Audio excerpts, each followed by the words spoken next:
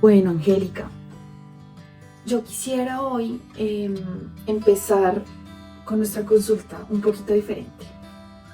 Hemos estado hablando de varias situaciones que te tienen triste, que te tienen agobiada y en situaciones frustradas relacionadas a cómo tu esposo te trata, ¿sí? Me has contado situaciones donde has sentido que te ha maltratado, que has sentido que ha sido grosero, y esto te tiene muy mal, razón por la cual estás aquí. Entonces hoy quisiera tocar un tema, bueno, ese tema en específico contigo, pero andar un poco más allá de esas experiencias personales y traer a colación un poquito de teoría.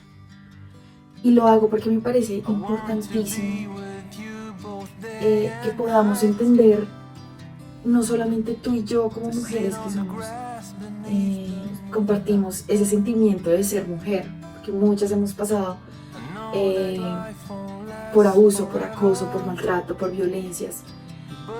Obviamente sin equiparar que uno es más difícil que otro, no. Pero se me hace importante que hoy lo retomemos porque trayendo un poco la teoría y entendiendo esta violencia de género, si lo llamamos así, desde esos conceptos y desde lo que te digo, como esa teoría, podríamos darle respuesta a todas esas preguntas que tienes relacionadas a, pero ¿por qué estoy aquí? ¿Por qué sigo aquí? Porque yo sola no puedo salir de esto. Porque si intento y realmente de verdad quiero salir de esto, me consume la idea de quedarme al lado de una persona que me está haciendo daño. Y es que no quisiera que me entendieras a que lo que acabo de decir en un momento de que tu experiencia es más o menos importante que la mía o que las demás. Pero tampoco es un secreto que muchas mujeres, y de hecho hay estudios que confirman que todas las denuncias que se hacen, la mayoría es de mujeres, ¿sí? Y de 100 mujeres, 60 de ellas han sido violentadas o han sufrido violencia de género alguna vez en su vida, ¿sí? De hecho 60 de las 100 son menores de 40 y aumenta la suma cuando hablamos de mujeres mayores de 40. Entonces ya no son 60 mujeres, sino son 75. No es un secreto que muchos de nosotros hemos pasado por eso. Y por eso también es más importante traerlo hoy a colación, Angélica, porque entre todas nos podemos ayudar. Más allá de que estemos aquí tú y yo sentadas en consulta, se me hace importante que nos demos una mano entre todas, de que podamos diferenciar e identificar también el tipo de violencias existentes, ¿sí? Porque desde allí podemos hacer el cambio, ¿vale? Personal y en la sociedad. Entonces por eso es súper importante y por eso lo traigo hoy aquí. Empiezo diciéndote que pues la violencia es todo ese daño, todo ese daño no, todas esas acciones que pueden recurrir en un daño, ya sea físico, psicológico, económico, laboral, sexual.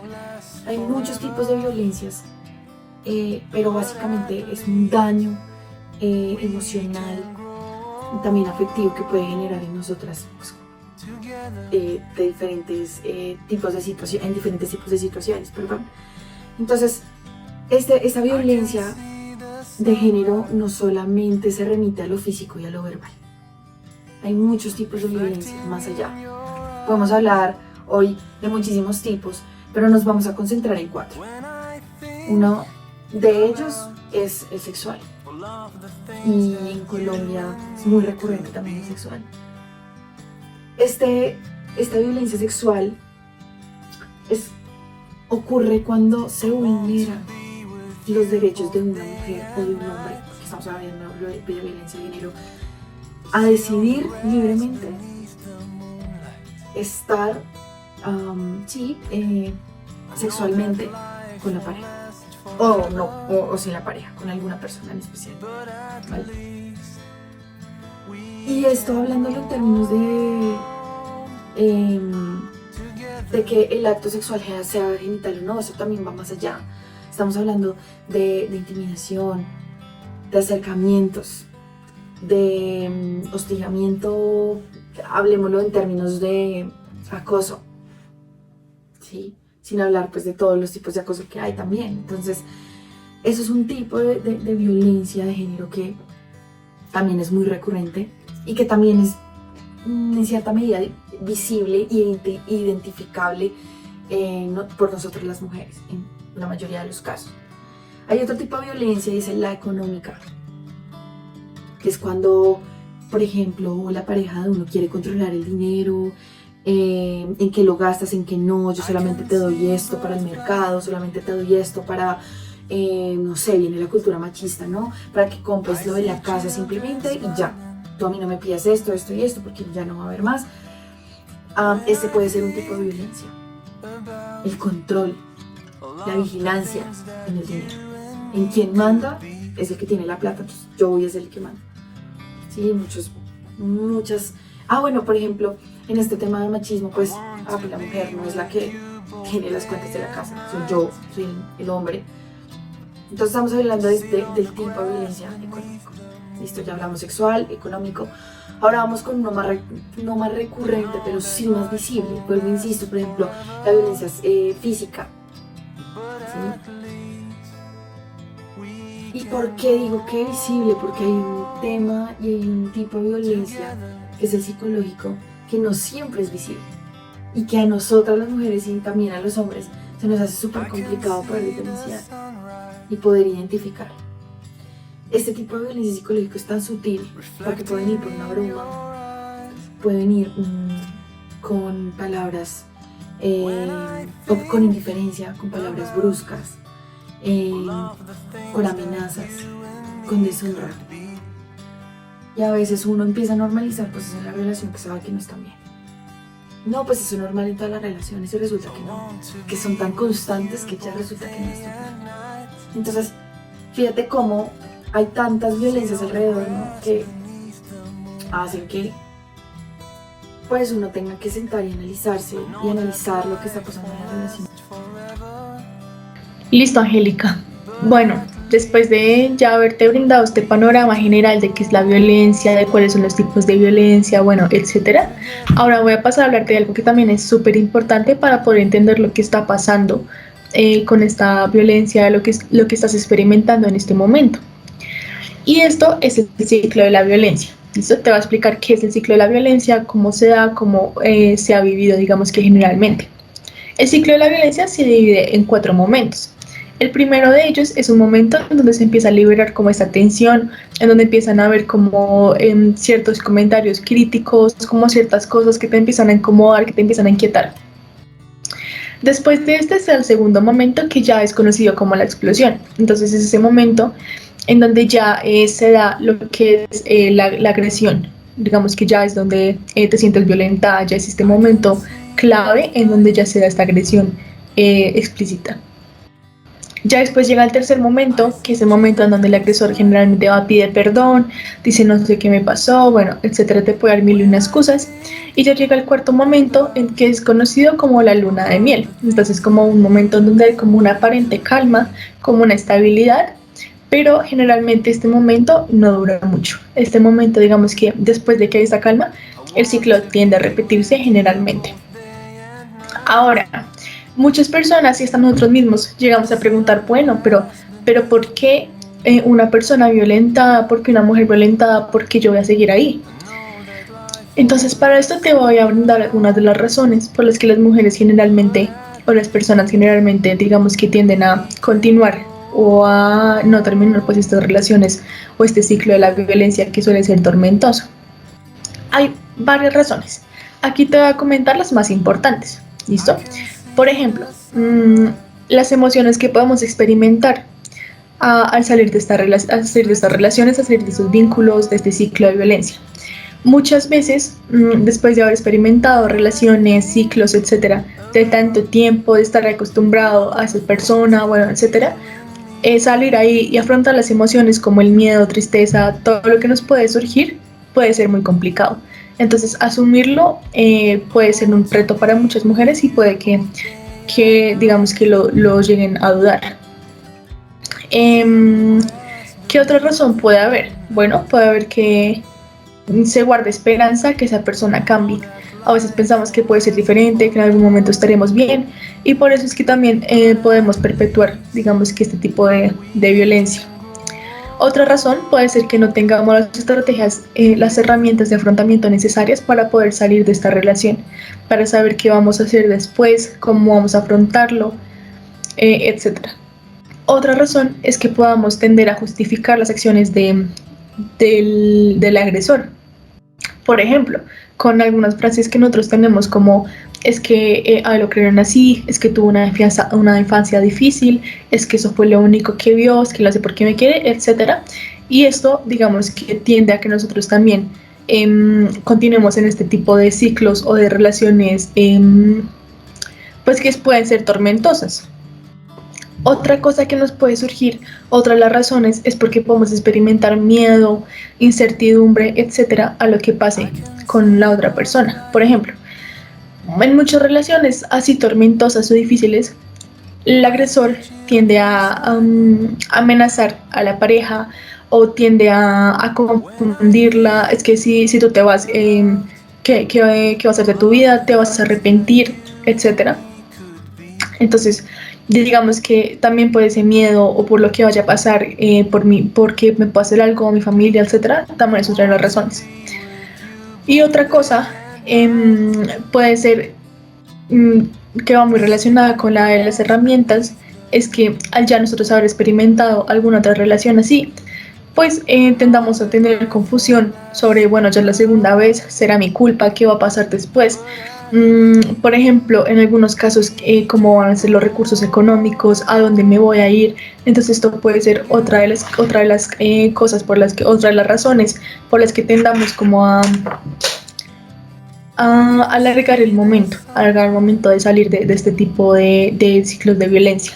Pero igual no te preocupes, que para eso estamos aquí. La gracia, digamos, que de estar aquí es que puede que sea un proceso complicado, puede que sea un proceso largo que nos vaya a costar, pero aquí trataremos de que todo se lleve de la mejor manera y de que tú te sientas cómoda. Bueno, Angélica, entonces en este momento te voy a hablar acerca de las consecuencias de la violencia de pareja. Lo primero que tienes que saber es que estas pueden perpetuarse. ¿Esto qué quiere decir? Que pueden perdurar a lo largo del tiempo. Se puede presentar episodios de depresión, de ansiedad, síntomas como flashbacks o, por ejemplo, no querer recordar ese evento traumático, que son síntomas característicos de un trastorno llamado trastorno de estrés postraumático. Asimismo, también se da el fenómeno del ausentismo en un nivel más macro, y es cuando, por ejemplo, la mujer deja de ir al trabajo, su desempeño laboral se ve afectado, disminuye, y también, o sea, para resumirte, es que se desconectan y se van aislando progresivamente de su círculo. Entonces, esto lo hacen para evitar la experiencia emocional. Y también quisiera mencionarte algo muy importante, que es un punto clave para recuperarse de estos eventos traumáticos. Está la culpa, la crítica y los problemas emocionales. Cuando hablamos de culpa es cuando la mujer piensa que todo es responsabilidad de ella, y esta crítica es devastadora porque no aporta para nada y lo que hace es que la mujer se aleje de su red de apoyo y no busque esa ayuda que se necesita para salir de esa dinámica. En cuanto a la crítica, nos referimos más que a cuando la mujer dice soy lo peor, yo no soy capaz de salir de esto, y más o menos discursos de ese tipo. Bueno, Angélica, entonces ya que conocemos lo difícil que es estar en este tipo de situaciones y las consecuencias tan negativas que esto puede traer, creo que es importante que nosotras como mujeres conozcamos e identifiquemos ciertos comportamientos y medidas de seguridad que podemos tener frente a estas situaciones y que van a ser bastante útiles. Entonces, en primer lugar, debemos saber que fortalecer las redes de apoyo va a ser extremadamente necesario. ¿Por qué? porque necesitamos una persona con la cual podamos comunicarnos, a quien podamos confiarle cierta información y además de información que podamos también tener la confianza para quizás dejarle una muda de ropa o documentos que pueden ser importantes en momentos en los que tenga que salir rápido de la situación de violencia, ¿sí? Así que buscar ayuda siempre va a ser primordial frente a esta situación. Pero en segundo lugar, debemos también identificar esos detonantes de los comportamientos agresivos. ¿Y esto qué quiere decir? Que debemos ver esas situaciones que generalmente hacen que mi pareja se comporte de forma violenta, ¿sí? Y evitarlas al máximo. Así como debemos identificar en casa un lugar en donde me pueda alejar, aislar y protegerme en casos de violencia, ¿sí? Pero en último lugar, debemos conocer esos lugares a los que podemos acudir y los sitios a los que podemos llamar en caso de una emergencia, como por ejemplo puede ser la línea de emergencia de Bogotá, que es el 123, pero también podemos llamar a la línea púrpura y podemos asistir a ciertos supermercados como el D1, ARA y Farmatodos, en donde podemos reportar que estamos bajo una situación de violencia y ellos nos van a ayudar a hacer esa denuncia. Pero ahora colocándonos un poco más en la situación de un amigo que ha identificado estas situaciones y quiere ayudar, debemos recordar que nunca podemos juzgar y debemos escuchar a la persona, hablar con ella y ayudarle a buscar ayuda, pero siempre dejando de lado esos prejuicios y comentarios negativos del tipo ¿por qué no sales de esa situación? ¿Por qué eres así? No, nos debemos centrar en apoyar, en brindarles esa ayuda y esos contactos que necesitan para salir de esa situación cuando así lo deseen. Angélica, quiero que sepas que este momento ha sido muy valiente y agradezco tu confianza y agradezco que me hayas podido contar todo eso que sé que no es fácil para ti. Me gustaría comentarte lo que para mí es pertinente que trabajemos en sesión. Primero, trabajar mucho como en esas opciones que hay. Sé que no has podido notificar, sé que te ha costado mucho, por eso también viniste a pedir ayuda. Y es importante que evaluemos qué opciones tienes y que lo hagamos juntas, porque vas a estar acompañada en este proceso, que es algo muy importante y significativo. Adicionalmente, que evaluemos herramientas que te puedan servir para afrontar estas nuevas etapas, porque sabes que lo que conlleva a notificar, lo que conlleva al cambio de vida, a la ruptura, pues no es sencillo y es importante que tengas ciertas herramientas que te permitan afrontarlo con mayor facilidad.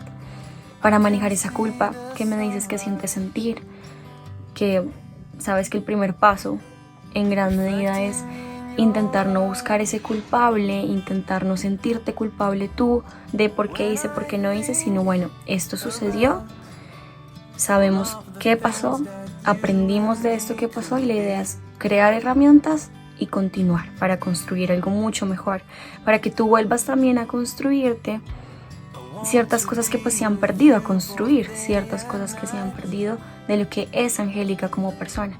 Y pues ahí entro yo para poder colaborarte. También siento que es importante que volvamos a reconstruir de nuevo, como he dicho ya, la red de apoyo. ¿Por qué? Porque sé que ha sido complicado, sé que de pronto en estos momentos te has sentido juzgada incluso por tus amigos, porque te presionan, porque te dicen déjalo, porque notifica, y tú misma me has comentado ese malestar que sientes y ese miedo. Entonces creo que es bastante relevante que trabajemos en volver a construir esa red de apoyo, que evaluemos quiénes son esas personas con quien tú puedes contar realmente y con quien tú puedes sentir ese apoyo incondicional para que pues nos ayuden también en este proceso, que lo hagamos juntos como un equipo, que pues un equipo que va a ayudar a rescatar de nuevo lo que es Angélica y lo que Angélica necesita. Y sobre todo me gustaría trabajar mucho en esa voz que tienes tú contigo misma, que seas compasiva, que te permitas sentir ese dolor, que te permitas construir y darte nuevas oportunidades y sobre todo que te permitas tener estas ayudas y pues bueno, que te permitas también venir acá conmigo para que construyamos y para que puedas de nuevo como salir adelante paso a paso. Recuerda que pues la idea mía es acompañarte en este proceso. Pero algo que es clave e importante es que no puedo hacerlo sin ti. Requiero de tu compromiso, requiero de que hagamos pues las tareas que te voy a poner a hacer, pues que no faltes, que vengas a sesión y sobre todo que seas honesta conmigo, que este espacio seguro y pues abierto para ti, siempre sea un espacio colaborativo, un espacio de honestidad, que no haya juicio, que puedas ser sincera, honesta conmigo para poder colaborarte en todo lo que necesites. Porque realmente el cambio, lo más importante del cambio es que seas tú quien dé los pasitos. Yo te voy a dar herramientas, vamos a hacerlo juntas como te dije, pero necesito completamente de ti para que esto funcione. Y eso lo logras tú, siendo muy responsable, viniendo juiciosita a sesión, haciendo las tareas, y aunque nos cueste mucho, a veces salgamos con ese dolor, salgamos revueltas de sesión, respirar, estar tranquilas y continuar, que es lo más importante. Te doy las gracias y el primer paso es pedir ayuda, el primer paso es reconocer que necesitamos la ayuda pues para poder continuar, para poder hacer algo que nos duele, que nos cuesta. Tú ya diste ese paso que es enorme, el de pedir ayuda, y ahora que estás acá vamos a trabajar juntas. Gracias por venir, de verdad, muchas gracias. Y siento que este espacio fue muy provechoso, aprendiste varias herramientas, aprendiste las líneas, aprendiste varias cositas que te van a permitir entender un poco más lo sucedido y cómo lo vamos a ir afrontando. Así que nos vemos la próxima sesión.